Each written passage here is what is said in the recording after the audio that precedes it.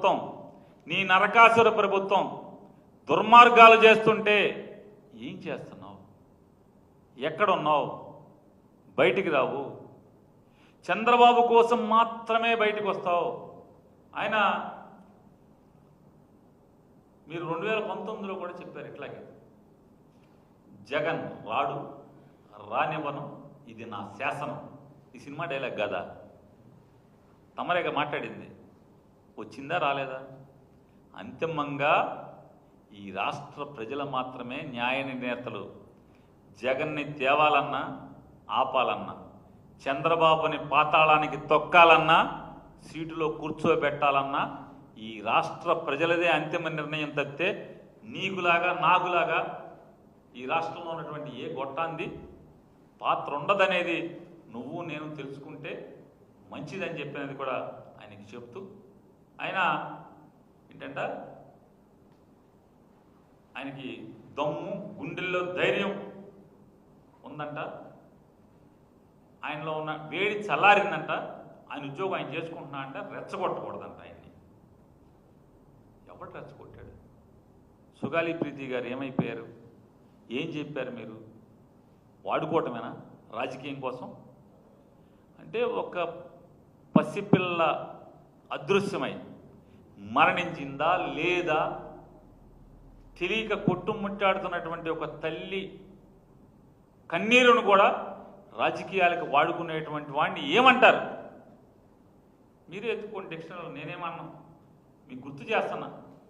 ఏమయ్యారు? ఏం చేశారు? ఆ ఉద్యోగం మీద ఉన్నారా? పోనీ అది ఎప్పుడు జరిగింది? మీ ప్రభుత్వంలో చంద్రబాబు నాయుడు గారు మీరు కలిసి ఏలుబడి చేస్తుండగా 2017లోనో 16లోనో జరిగితే జగన్మోహన్ రెడ్డి గారికి ఆపాదించి జగన్ మీద ఆ విషం చిమ్మి మీరు ఎన్ని మాటలు మాట్లాడారు? ఏమైంది? అదొకటే కాదు, ఇవాళ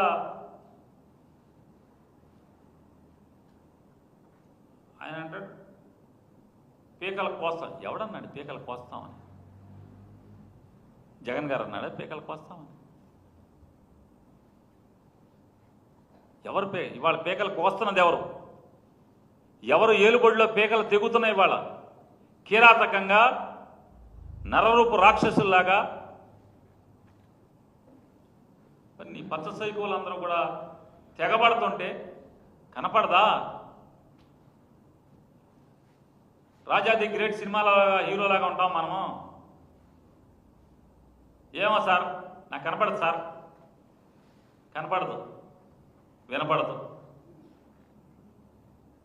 పోనీ మీ కార్యకర్తలన్నా చూసుకుంటున్నావా? నీ జెండా మోసిన కార్యకర్తల్ని నీ కోసం అహోరాత్రులు మోటార్ సైకిళ్ళు తాకట్టు పెట్టి తల్లిదండ్రులకు చెప్పకుండా వేలు లక్షలు ఖర్చు పెట్టి నాశనం అయిపోయినటువంటి కార్యకర్తలను ఏమన్నా చూస్తున్నావా? ఎవరిని చూస్తున్నావు? ఎవరిని ఉద్దేశిస్తున్నావు అంటున్నా. ఏదో హెలికాప్టర్ మేము ఎక్కించుకోలేదని ఏడుస్తున్నామని మళ్ళీ ఏదో డైలాగ్ చెప్పడం తప్పితే, మీరు మీ ఫ్యామిలీ మీ పిల్లలు ఎక్కి తిరగటం తప్పితే ఏముంది? ఎవరిని చూస్తున్నారని అడుగుతున్నాను.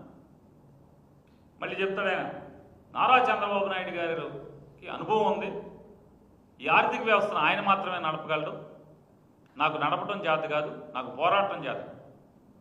ఓ అబ్బా, చాలా పోరాటం చేస్తున్నాం సంవత్సరం నుంచి. ఏం పోరాటం చేస్తున్నాం? కాదు సార్, పవన్ కళ్యాణ్ గారు ఏం పోరాటం చేశారు? ఏ వ్యవస్థ మీద?